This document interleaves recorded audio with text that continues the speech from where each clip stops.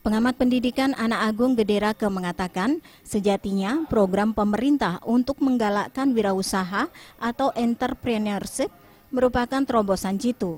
Kehadiran lebih banyak wirausahawan tentunya diikuti dengan tersedianya lebih banyak lapangan pekerjaan. Namun akademisi Universitas Ngurah Rai Denpasar ini mengingatkan, pemerintah sebagai pemegang regulasi harus melibatkan berbagai pihak untuk mensukseskan program tersebut.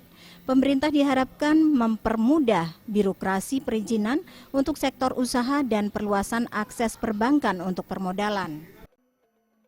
Rektor, dekan, bagaimana dalam kurikulum itu menambahkan hal-hal yang bersifat skill gitu. Misalnya seperti di ekonomi, kita menciptakan ada wirausaha kan. Nah ini kan ada kebetulan Nampar Equilibrium itu adalah untuk menciptakan sarjana ekonomi yang nantinya paling tidak dia sudah siap pakai kalau dia lulus. Demikian juga di Fakultas Hukum kita siapkan hal yang bersifat praktis, misalnya ada lembaga bantuan hukum kampus itu. Nah, di sana ada dia berpraktek. Apalagi di teknik. Kalau di teknik biasanya mahasiswa-mahasiswanya sudah langsung dia begitu dia sudah di semester 6 dia biasanya sudah sambil bekerja.